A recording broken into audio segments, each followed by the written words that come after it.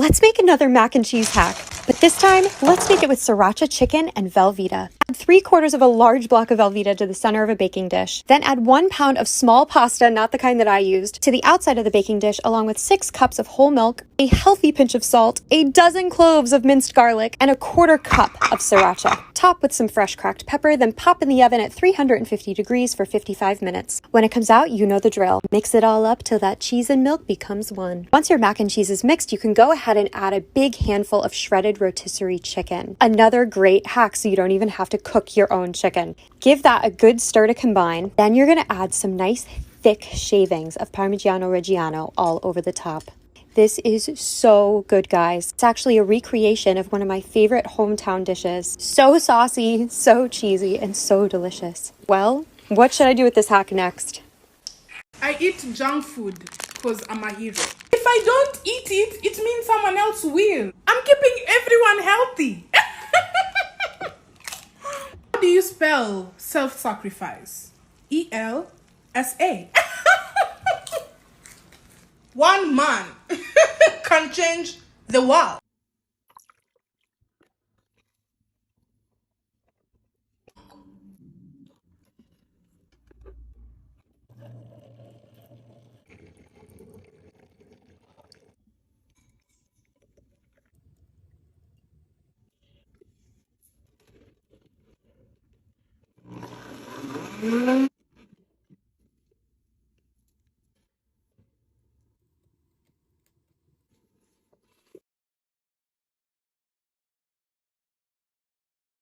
Chia pudding is my go-to breakfast when I wake up feeling a little bloated. Let's just say it helps keep things moving because it's so high in fiber. I also included 2 very ripe bananas. I mashed them in with my chia seeds, almond milk, and maple syrup. I mixed everything in, poured it in a container, and refrigerated for at least an hour or overnight. The chia seeds absorbs all the liquid and expands overnight. I added blueberries, strawberries, and sliced almonds. Follow me for more healthy recipes.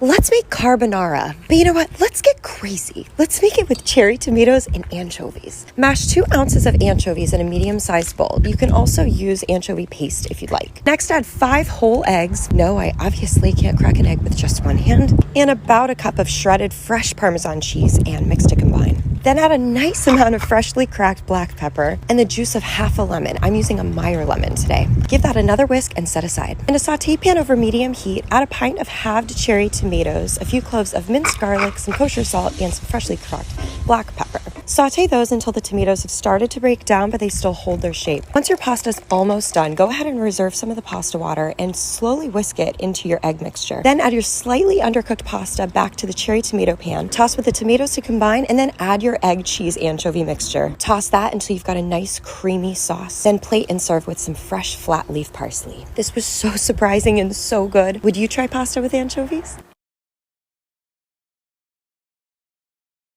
Let's make a giant lava cake, and let's make it peanut butter mocha flavored too. In an oven-safe pan, melt some butter, then add some chocolate chips and cocoa powder and stir to combine. Then remove from the heat, add some Greek yogurt, stir to combine, and set aside. In a separate bowl, add brown sugar, granulated sugar, and more cocoa powder, and give that a good stir. Now you're going to add some milk to your butter chocolate mixture. Once it's nicely incorporated, add some vanilla extract, baking soda, baking powder, salt, and some egg yolks, and give it another good stir to combine. Now it's time to add the flour. I made mine a little macro friendly, so I used a combination of regular flour, butter protein, and coffee protein. Oh, and I used all sugar substitutes, so this whole thing is sugar-free. Once the flour is combined, you'll end up with kind of a thick batter, so just spread it along the bottom of the pan. Then top with a healthy drizzle of peanut butter, your sugar mixture, and some coffee. Do not mix. While this bakes, the whole thing kind of redistributes, so the cake ends up on top and the gooey chocolatey goodness ends up on the bottom. I decided to top mine with some sugar-free coffee ice cream and more peanut butter. So good.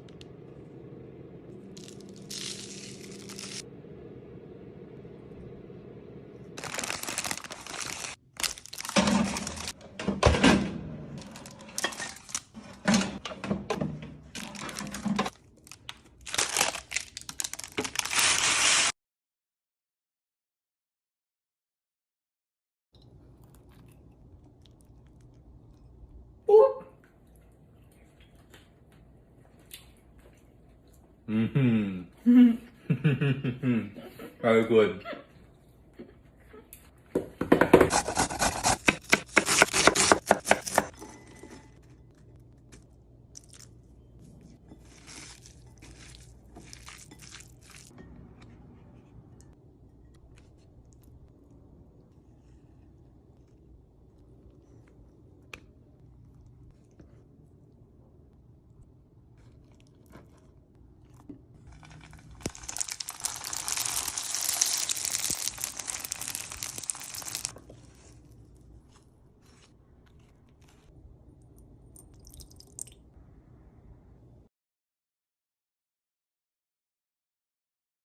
Let's make drunken spaghetti. First, saute some minced garlic and some Calabrian chili pepper paste in some butter and olive oil until fragrant. Then add an entire bottle of red wine. I'm using Cab Sav. Season that baby with a nice pinch of salt and then bring to a boil. Meanwhile, we are going to par cook some spaghetti. And when I say par cook, we are cooking this for 2 minutes tops. We are just wanting the spaghetti to become pliable enough so that we can fit it into our round pan. Reserve some pasta water just in case, then add your par-cooked spaghetti to the boiling wine. The timing is perfect on this because as soon as the wine reduces down, the spaghetti is just done cooking. I added some butter and Parmesan cheese to finish, and then top with a buttery cracker crumb, some fresh parsley, and some freshly grated Meyer lemon zest. How beautiful is this pasta? It took on the flavor of the wine so well, and you might be surprised to find out that pretty much all the alcohol cooks off during this process, so totally safe for kids to eat. I cannot wait to make this again.